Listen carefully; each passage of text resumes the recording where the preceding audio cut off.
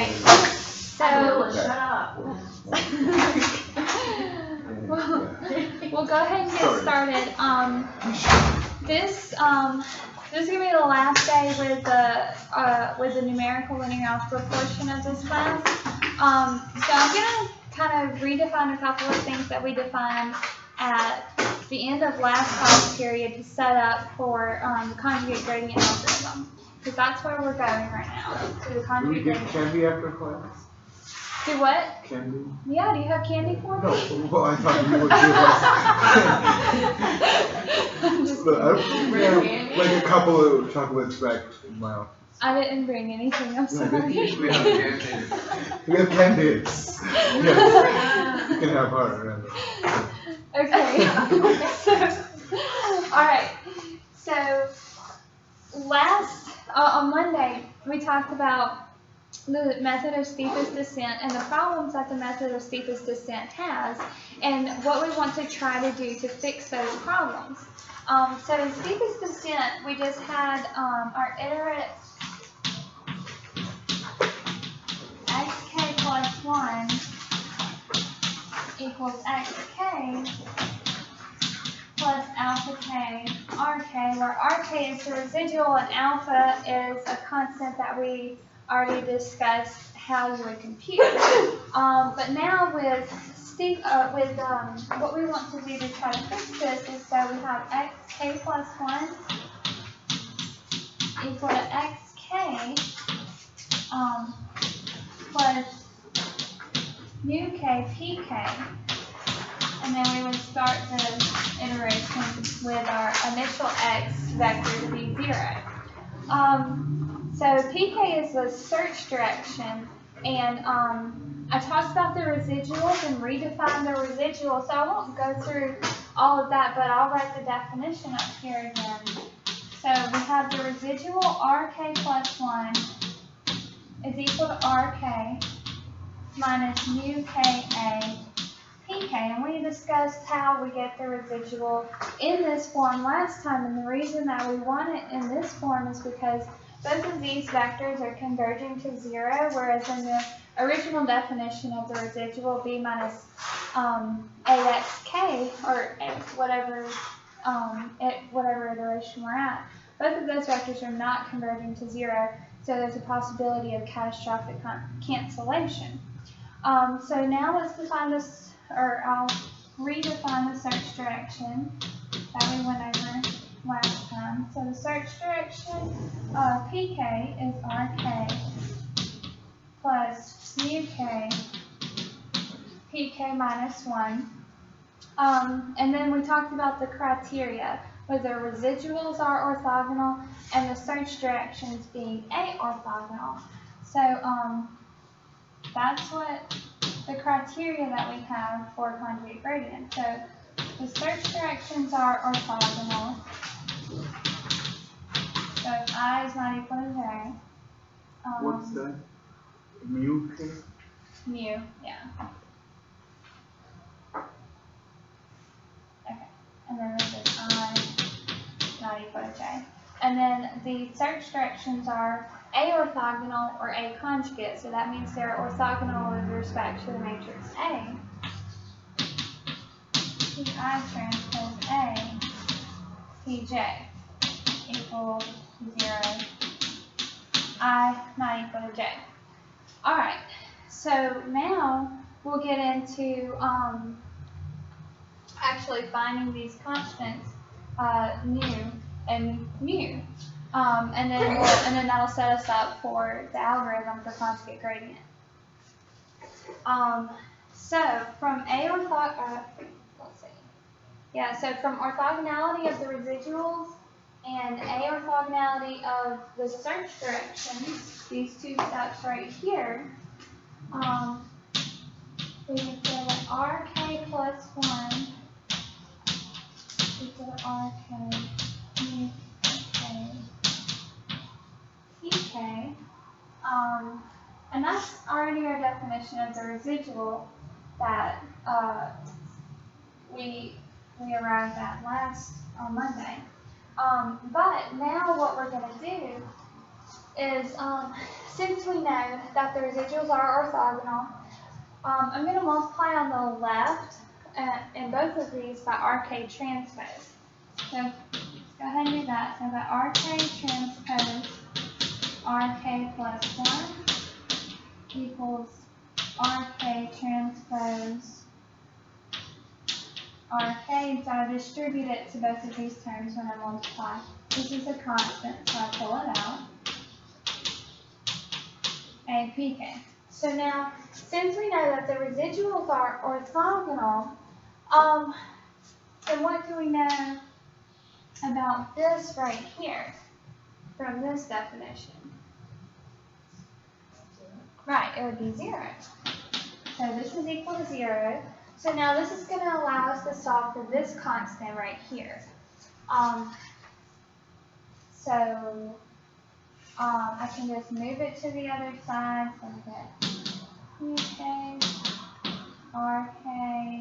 Whoops, I think this is just the RK transpose right there. So this is a transpose.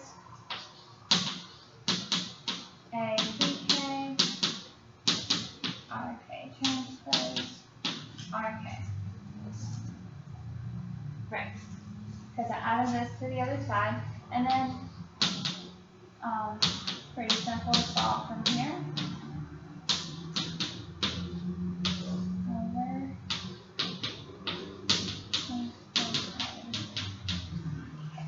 Can we divide by RK transpose now?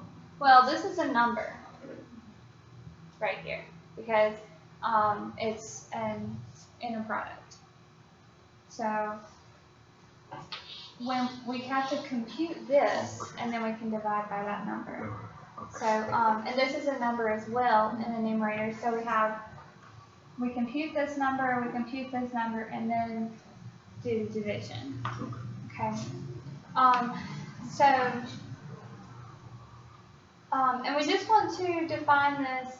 So this is our constant that we have that we're going to use in our algorithm right here. But I'm going to define it in a slightly different way. So RK transpose RK. And now I'm going to rewrite RK as its definition. Let's see, from B minus AX? no, not that one. With the search direction. So RK equals, from this right here, I'm going to use this to rewrite RK. So if I solve that for RK, then I have PK minus mu K, PK minus 1. So that's what I'm going to replace RK with right here in the denominator. So PK minus mu K, PK minus 1, transpose A PK. So now, if I distribute this to both of these terms in here, I'm going to come over here with this. We get RK transpose RK over PK, and since all of this whole thing is transpose, it would be PK transpose A PK minus mu K, PK minus 1 transpose A PK. But since our search directions are orthogonal, what can be simplified in the denominator in this term? PK minus 1. Right, this part is 0 right here, because what I is not equal to J. So This is with K. yeah. So RK transpose RK over PK transpose A pk. And this is going to be the definition of this variable that we use in an algorithm. So now that we have that, we're going to go move on to trying to find mu k now. So I have to move to the next part for that.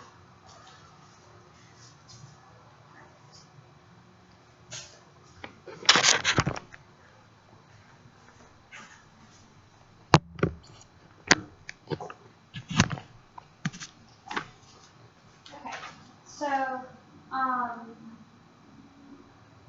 the definition, yeah, this is what we want to use right here. So our original definition for the search direction, pk rk minus mu k pk minus 1. And we're going to do the same kind of thing that we did with this definition of the residual. I'm going to multiply on the left of both of these by pk minus 1 transpose. So pk minus 1 transpose pk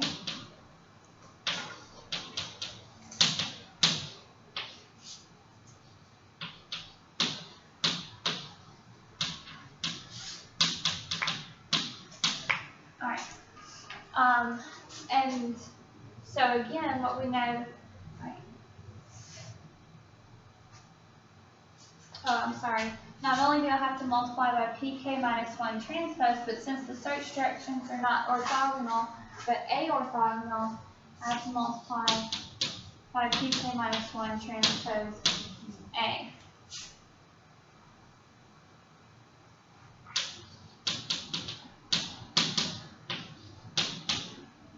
Okay. So, but now since, because the way that I chose something to multiply by was due to the fact that we know that these search directions are aorthogonal. So of course, this is going to be 0. So we can just say that is equal to 0. So now we can distribute and follow the same kind of process that we did over here to solve the mu. So I'm going to distribute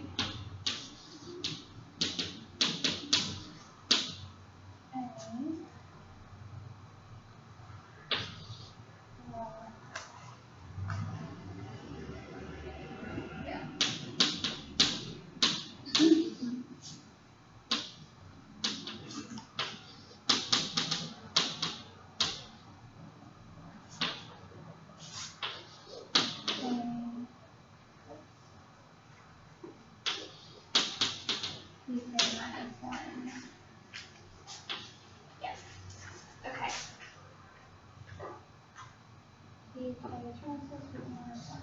Alright, so nothing is going to cancel out here, which that's good because we don't want it to. We just want to be able to solve for this variable. So now we can do that. So that mu k, pk minus 1 transpose a, pk minus 1 equals pk minus 1 transpose a, rk. So mu is equal to pk minus 1 transpose a, rk over pk minus 1 transpose a, pk minus 1. Make sure I didn't mess up anything. Yeah, so that's it. So now we're going to work with this definition a little bit to get it in the form that we want to use in the algorithm. So the first step Right. Minus over there. Did you use minus over here? What is it? It's RK minus here, but that looks like RK. Can go up to ring and then stops. Yeah, it is supposed to be a plus sign. So I'm sorry, no, this is a plus sign right here. Candy's caught that for me. I just copied it wrong. So when we move it, we have minus. So then when we divide, we have minus. So now, yeah, that lines up too. So this is correct over here, and now this is correct if we put that plus sign there. Thank you. So now this is, mu is equal to minus all of this. And like I said, we're going to work with this to rewrite it in such a way that we can use it in the algorithm. So the first thing I'm going to do is work with the numerator right here. And I guess I'll come up to this side of the board. And I'm just going to take the transpose of the numerator. So the transpose of a product is the product of the transpose in reverse order. So if I just take the transpose of this, I'm going to have minus RK transpose a PK minus 1 over PK minus 1 transpose A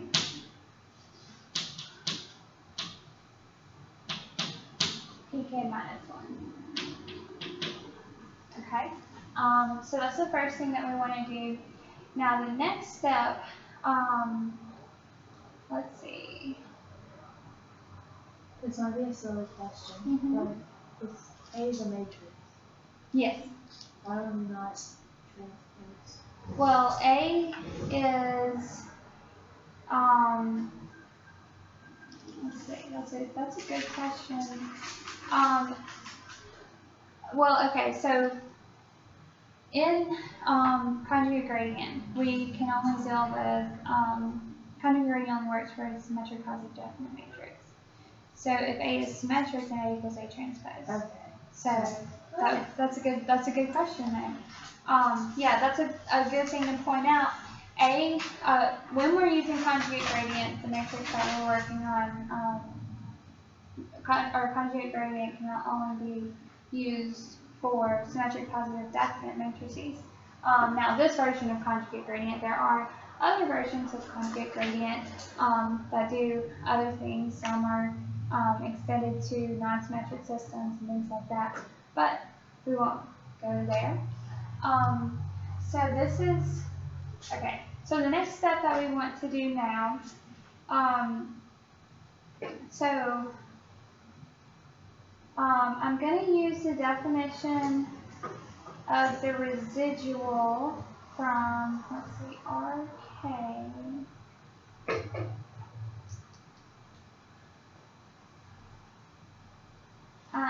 And so I'm going to use the definition of the residual over there, the RK plus 1, the very first definition that we use, but I'm going to shift it down 1. So instead of having RK plus 1, we have RK equals RK minus 1 minus mu K minus 1A PK minus 1. Okay, so this is the,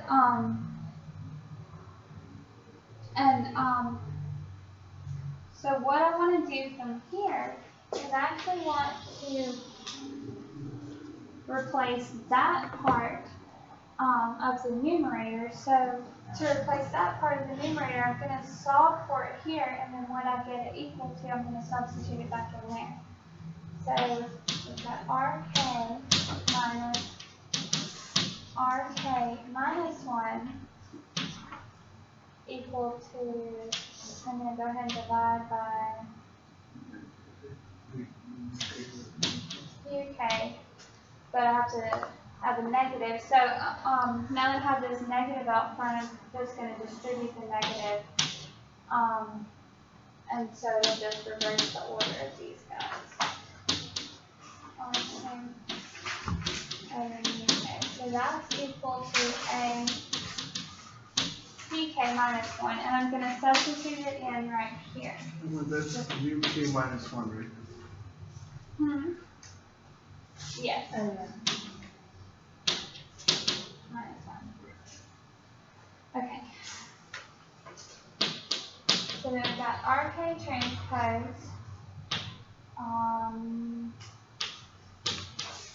RK minus 1 minus RK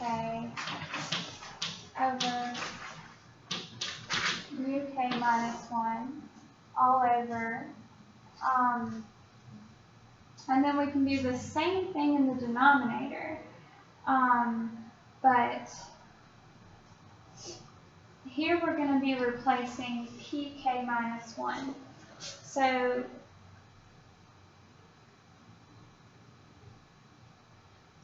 PK minus 1, we're going to use the definition of the search direction, this time shifted. So from PK equals RK plus mu K PK minus 1, I'm going to shift this down. So PK minus 1 is equal to RK minus 1 plus UK minus 1 PK minus 2. And this is going to be substituted in the denominator for PK minus 1. Where is that definition of PK minus 1? This is the search direction shifted down one. From over here. Okay. Yeah. That one right there. Yeah. So we just shifted the indices. Oops. Okay, so now I'm going to do that substitution. RK minus 1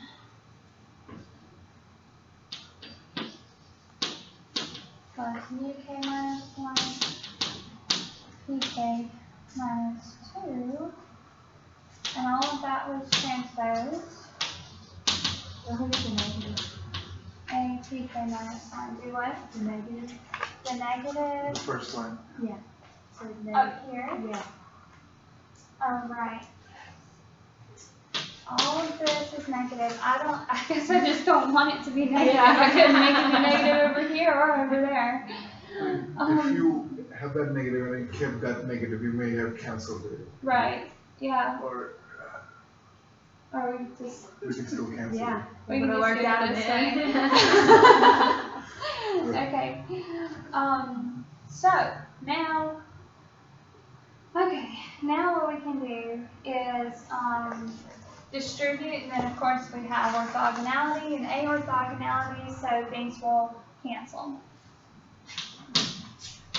Negative RK transpose RK. Kind of hard to read my handwriting. Minus 1. This stuff looks like gibberish on my paper. Do what? Yeah, so this stuff looks like gibberish on my paper.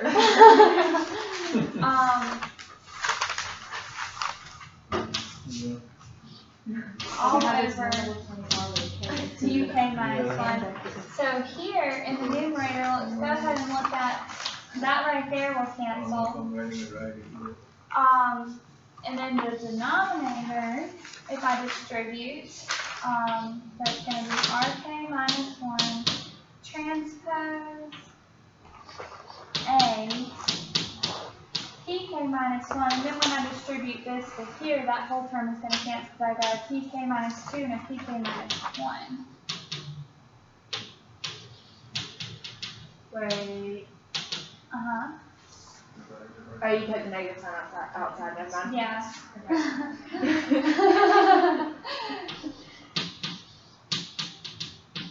Alright, so now that term cancels. So now let's rewrite this with everything that has been canceled, gone, and that's the resin right there. So I've got a negative times a negative, so now it finally gets to be positive. RK transpose RK over RK minus 1 transpose A PK minus 1. Oh, and this is, I forgot this in the numerator, over mu K. Let's see. And the denominator, let's see here. And we distribute this here and this here. Okay, RK minus 1 transpose RK, oh, okay. So now, with this APK minus 1, remember the substitution that we did up here at the very top? Do the same substitution down here with this RK minus 1 minus RK over mu K. Alright, let's do that right here. RK transpose RK over mu K minus 1 over minus 1 transpose, and then we have RK minus 1 minus RK over mu K minus 1. So now that I'm dividing by this in both the numerator and denominator, well, I have to, okay, I'm going to continue right here. So those are both going to cancel out because they're both in the denominator. So we'll go ahead and cancel those out and do this last distribution here in the denominator. So we've got RK minus 1 transpose RK minus 1 minus RK minus 1 transpose RK. That goes to 0, right? That cancels. And so what we have is RK transpose RK over RK minus 1 transpose RK minus 1. And that is our mu that we're going to use in the algorithm. Alright, so that was kind of messy, but now that we've gotten through that, we've set everything up that we need for the actual algorithm. So that's what's coming next. And this is probably going to be a shorter lecture today because once we go through the algorithm, the next thing we'll talk about is preconditioning, and then we'll be done. So we'll see.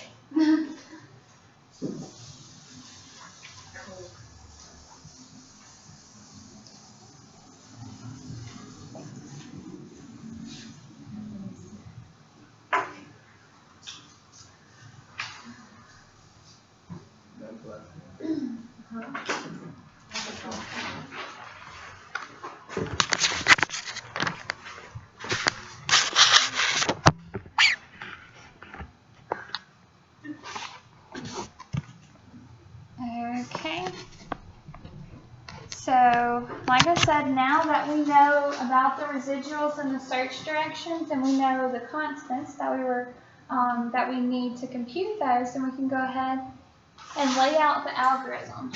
So this is conjugate gradient algorithm.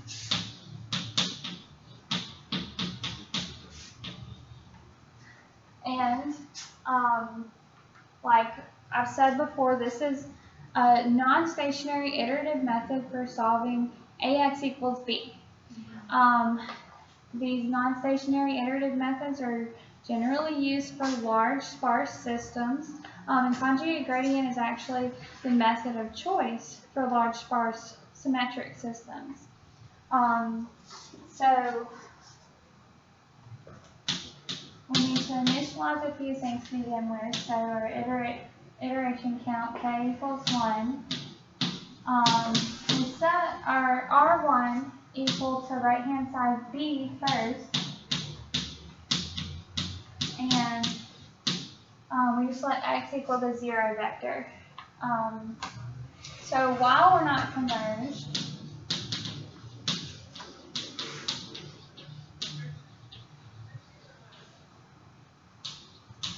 and then you could just do some kind of convergence check if you were writing code for this. So if k is greater than 1, then the first thing we want to do is compute mu. And now we have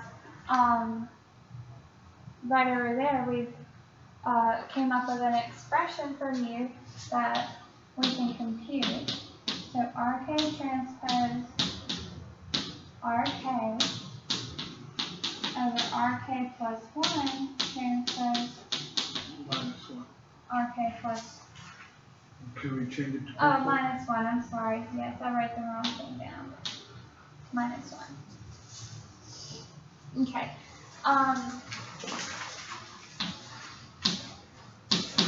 Sometimes, I think somebody said one time, math professors write A, mean B, and say C. So,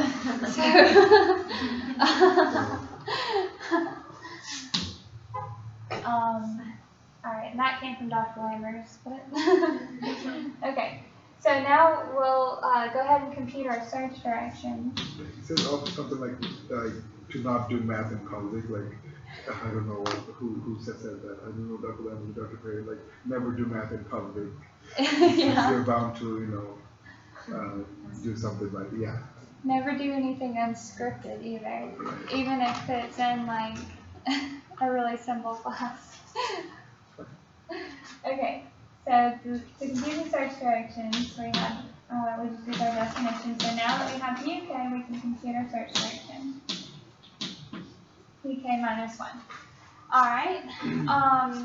So now else, and then we want to initialize P1 equal to R1, and then that's going to end this if statement, and we're going to define VK to be a PK.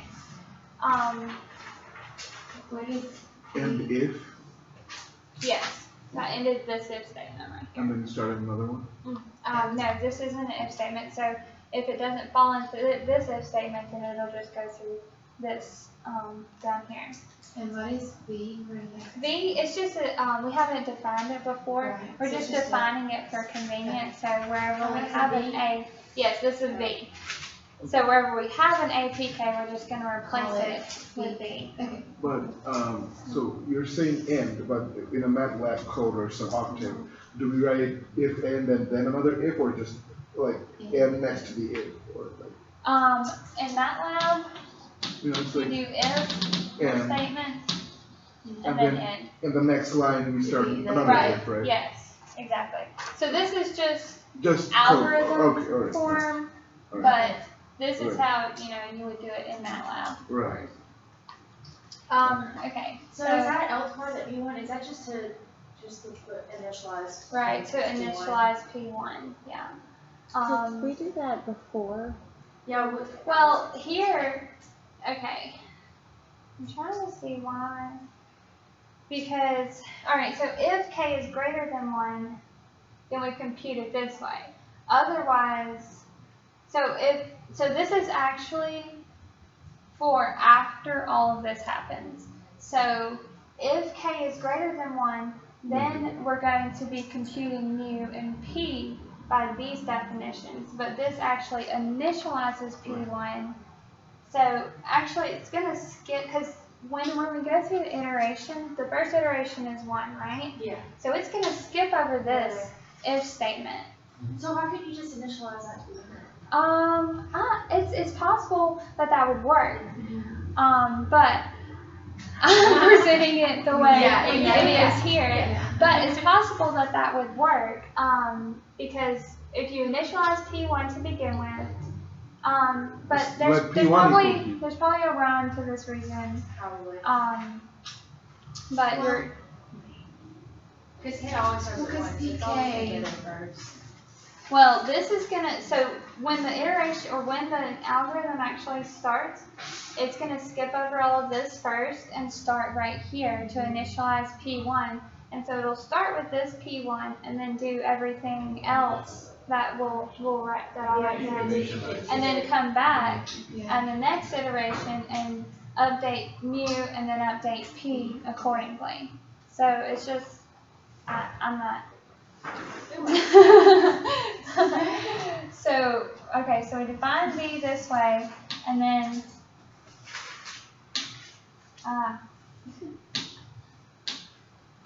new, so that's RK transpose RK over PK transpose.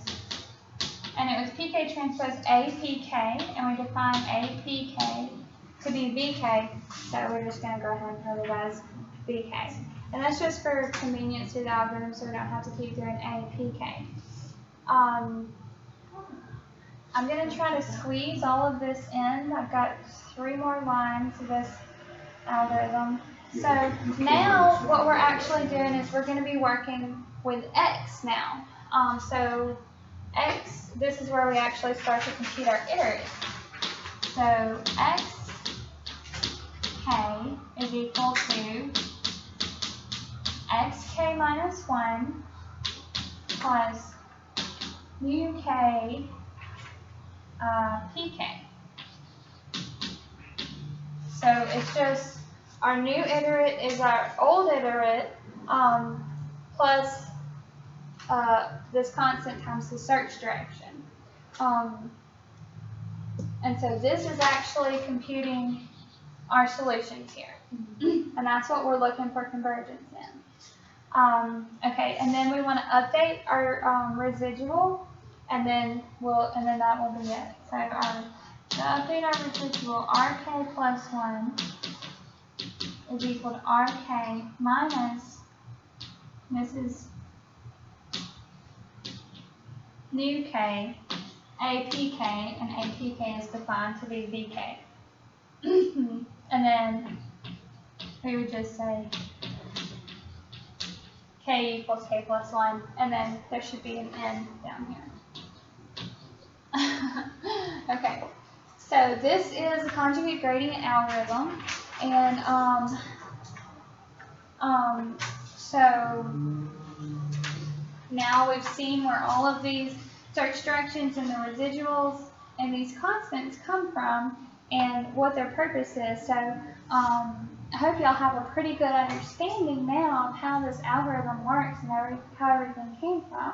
So it's just going to return X? Yes, that's what we want out of this, is we want. What is that exactly? Yeah, is What that is the conjugate, the X? X. X is the solution to the system. AX equals B. Oh, so it's the vector X? Yes. That's what we're looking for. So, I mean, it's different from direct methods, because with direct methods, you did all this work and then out popped X. But now it's actually an iterative method, because we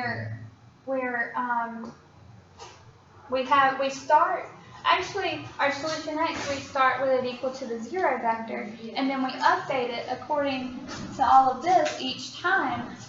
So we get closer and closer to our solution. So if we only wanted an approximate solution, we could say maybe do 20 iterations or something like that. So we don't have to go through the whole work of getting an exact solution. Or if we already have an approximate solution, maybe I know a guesstimate, maybe it's between this and this, then I can start with initializing to that, and then just using a few iterations to get to the exact solution. So that's what this X is right here, is we're computing the solution. And so, if you're doing this in MATLAB, then you would want to store it in the vector also. So you would want to store it and update it each time. So let's see. An appropriate stopping criterion is that the norm of the residual RK plus 1 is smaller than some tolerance. So you can check for convergence between iterates, or you can check that the norm of the residual is smaller than some tolerance. So another thing, when you actually write this in code or use it in code, it's important to impose a maximum number of iterations, because if you don't, then it's possible that you don't have convergence and you just go on forever. And while the norm of the residual is greater than or equal to the tolerance. The tolerance, keep on doing that. Right, exactly.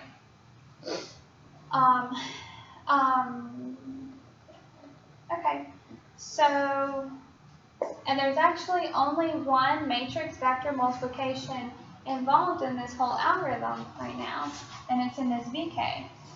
Everything else, so we don't have as much computational expense either, because we don't have a whole bunch of matrix vector multiplication, which is what all of that work over there was for, to reduce the amount of matrix vector multiplications that we have.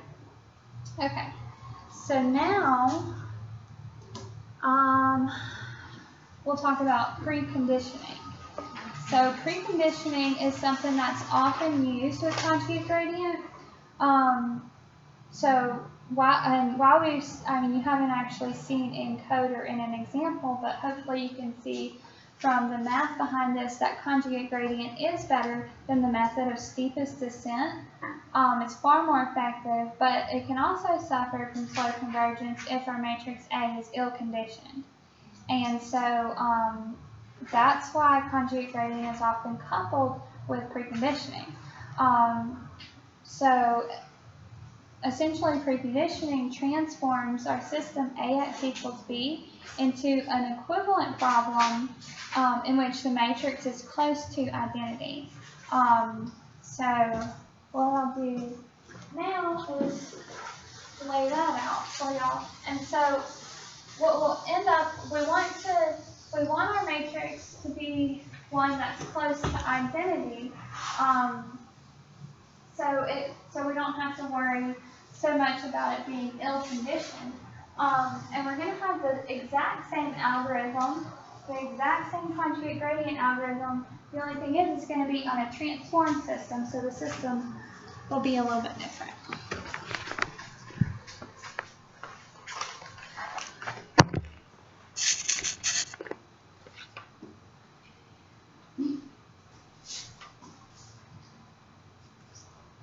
All right, so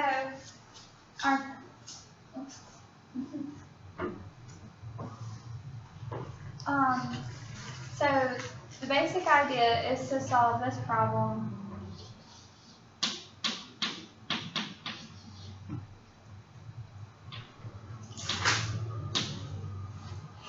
where A, X, and B this is a new system. So now we can define A tilde, X tilde, and B tilde.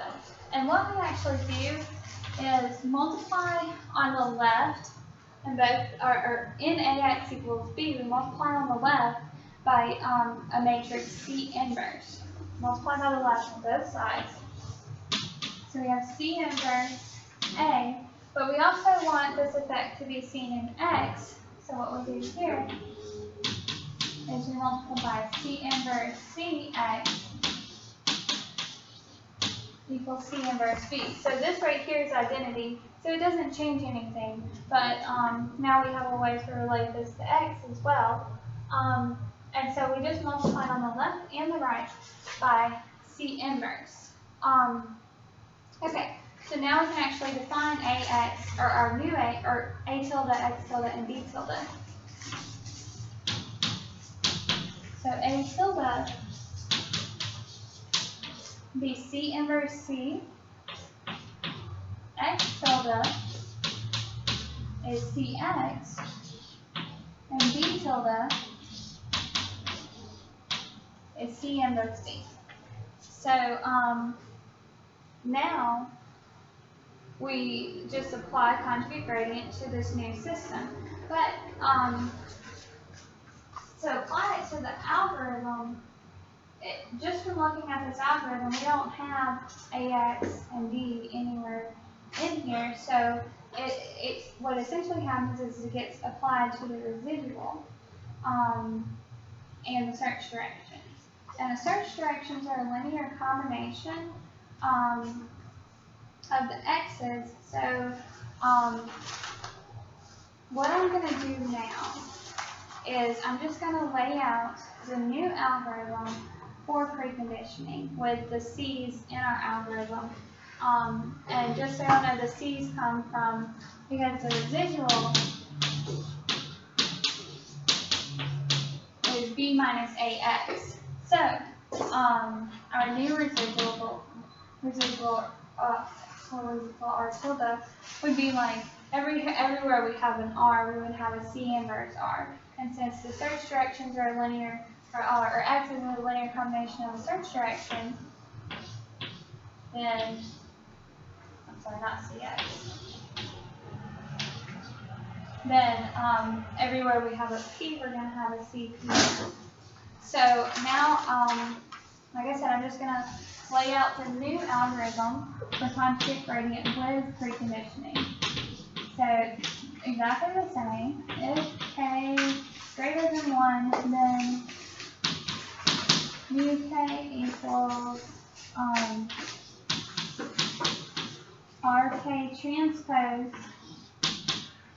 C to the negative 2 RK, and that's because we have two RKs here. So we have RK, it would be like C inverse RK, C inverse RK, but we could have the matrix vector multiplication. We have to have the transpose, so it's like this. Is C inverse 2 RK? Where did the inverse 2 come from? Because like we have, everywhere we had R, we have C inverse R now. So here I have R and R. So I had C inverse R, C inverse R. But for this vector matrix or matrix vector multiplication, I have to have RK transpose times C RK. You just added this. Yeah. Okay, no. RK minus 1 transpose. So again, we have C negative 2 RK minus 1. So then we're going to compute CPK, which is C inverse RK plus mu K C PK minus 1.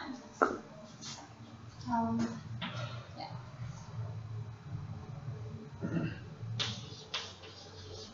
Else, and then we do this initialization here. And then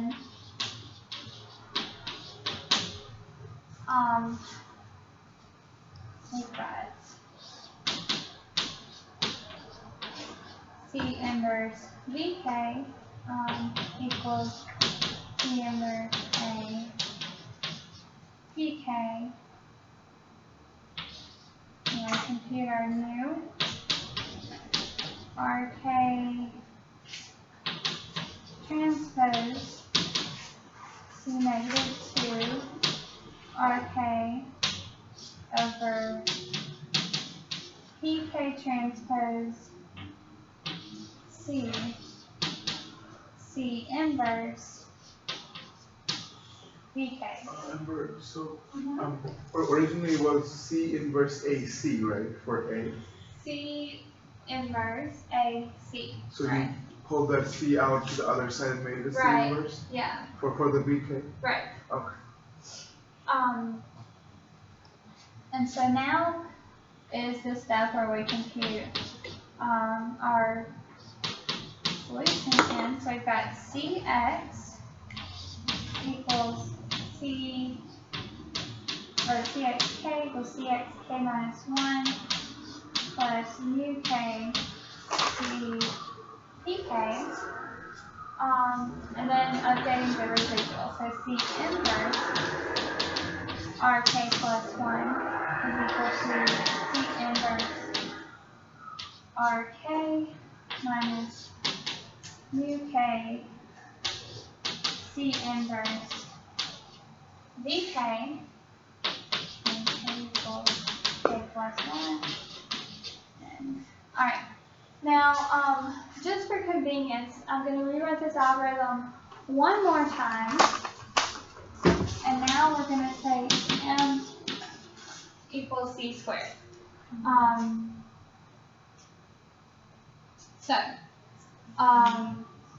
What this is going to actually do is solve this new system MZK equals RK.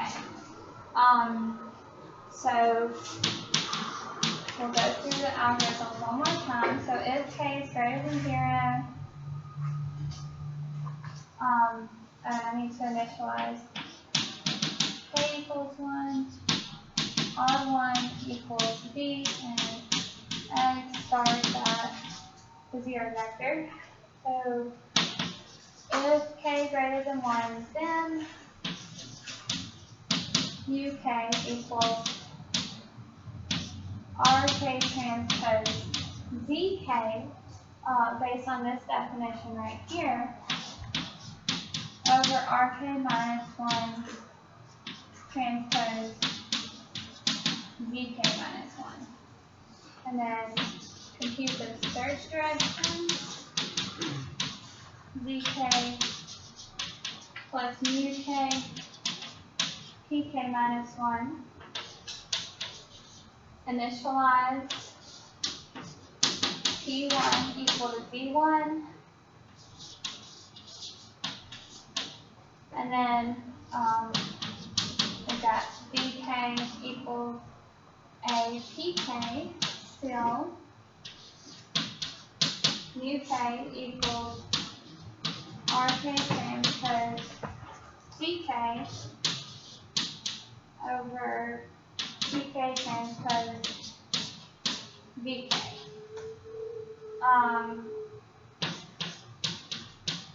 Xk equals x k minus 1 plus mu k pk, up there residual, rk equals rk minus mu k vk, and then update our iterate and end. So now we have 3 versions of conjugate gradient on the board, but this is equivalent to this one. This one was just so you could see how it comes from the transformed system. So this is the one that you would actually want to look at if you need to use it.